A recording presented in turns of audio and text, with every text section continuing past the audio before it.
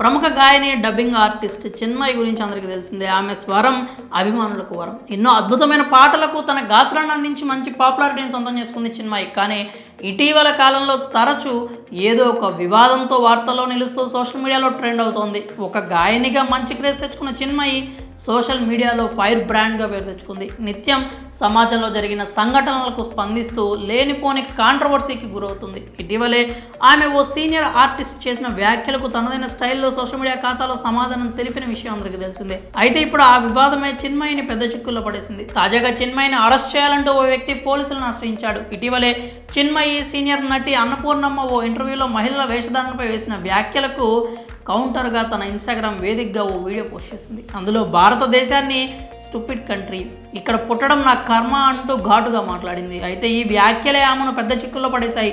తాజాగా చిన్మయి మాటలను HCU విద్యార్థి కుమారస్వామి ఖండిస్తూ ఆమెపై గచ్చిబౌలి పోలీస్ స్టేషన్లో ఫిర్యాదు చేశారు. అంతేకాకుండా చిన్మయి అన్నపూర్ణమ్మకు ఏమైనా చెప్పాలనుకుంటే ఆమె గురించి చెప్పాలి, కానీ ఇలా భారతదేశాన్ని తక్కువ చేసి మాట్లాడటం సరికాదు అన్నారు. అలాగే భారతదేశంలో ఉంటూ ఇక్కడ సౌకర్యాలు అనుభవిస్తూ ఈ దేశపు గాలిని పీల్చి ఇక్కడ పుట్టడమే నా కర్మ అనడం ఇది ఒక చెత్త దేశమని వ్యాఖ్యానించడం దారుణం అన్నారు. అందుకే ఓ బాధ్యత గల పౌరుడిగా నా భారతదేశం పట్ల అగౌరవమైన అనుచిత వ్యాఖ్యలు చేసినందుకు గాను చిన్మయిపై పోలీసులకు ఫిర్యాదు చేశానని, ఆమెపై తగిన చర్యలు తీసుకోవాలి అంటూ కుమారస్వామి పోలీసులను కోరుతున్నారు. అయితే అన్నపూర్ణమ్మ ఇంటర్వ్యూలో మాట్లాడుతూ అర్ధరాత్రి స్వతంత్రం అనగానే ఆ రోజుల్లో ఆడవాళ్ళు బయటకు వచ్చేవాళ్ళ, ఆడదానికి ఎందుకు స్వాతంత్రం కావాలి, రాత్రి 12 గంటల తర్వాత ఏం పని, అలాగే ఇప్పుడు ఎక్స్పోజింగ్ కూడా ఎక్కువైపోయింది, ఎవరు మనల్ని ఏమీ అనొద్దు అనుకున్నా అందరూ మనల్ని ఏదో ఒకటి అనేట్లుగానే రెడీ అవుతున్నాం అన్నారు.